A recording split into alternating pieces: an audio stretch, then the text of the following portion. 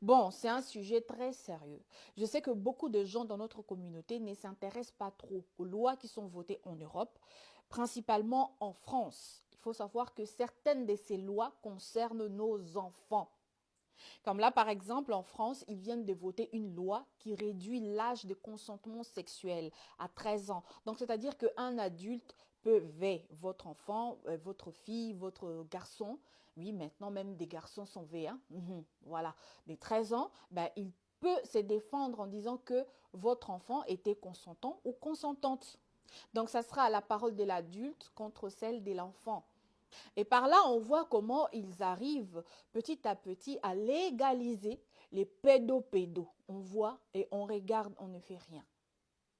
Comme par exemple, ils ont voté aussi la loi de l'éducation sexuelle à partir de la maternelle. Comment vous allez expliquer à un enfant de 3 ans sur le consentement, son corps, je ne sais pas comment on fait des bébés, je ne sais pas.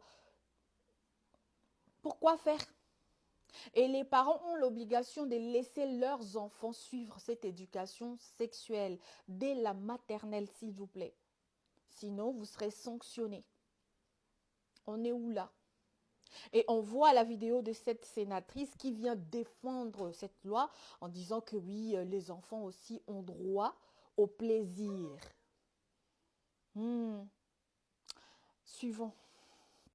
Il peut y avoir des enfants qui sont consentants, et ça, faut pas l'oublier. Donc déjà, un seuil, c'est un progrès. Et lorsque je vous dis qu'il peut y avoir des relations entre de très jeunes adultes et des adolescents, eh bien oui, lorsque vous avez un jeune adulte de 17 ans qui va avoir une relation sexuelle avec un autre enfant de 14, bientôt 15 ans, Madame, il y en a un des Madame deux qui Billon, passe. Non, Madame non, Billon, non, excusez-moi. Non, excusez-moi, Madame Billon. Là, c'est Bruce Toussaint qui vous parle. Hein. Je suis désolé. Vous entendre dire à l'antenne que des enfants sont consentants, je suis désolé. Moi, ça me pose un problème et je suis désolé, mais ça, non. Je ne peux pas vous laisser. Je ne peux pas vous laisser dire ça. C'est votre liberté de le croire, mais c'est ma responsabilité à moi de vous dire que je ne peux pas vous laisser. Je ne vous censure pas. Je vous dis juste que ça me pose un problème et que ça me semble vraiment très très dérangeant de dire une chose pareille. Pardon, je vous le dis. Bandoki. Regardons un peu ça. Aïe! Acclamé par une foule de militants conservateurs, Donald Trump arrive en terrain conquis, prêt à s'attaquer à l'un de ses sujets de prédilection. D'un simple trait de plume, dès le premier jour, nous mettrons un terme à la folie transgenre. Dès son arrivée à la Maison-Blanche, le président élu compte prendre des mesures drastiques. Je signerai des décrets pour mettre fin aux mutilations sexuelles des enfants, pour exclure les transgenres de l'armée et de nos écoles primaires, de nos collèges, de nos lycées.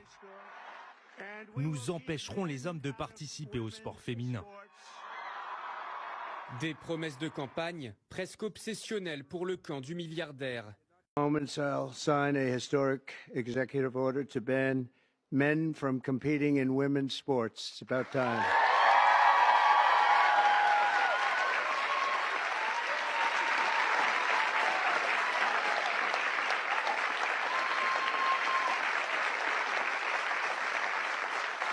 Under the Trump administration, we will defend the proud tradition of female athletes, and we will not allow men to beat up, injure, and cheat our women and our girls. From now on, women's sports will be only for women.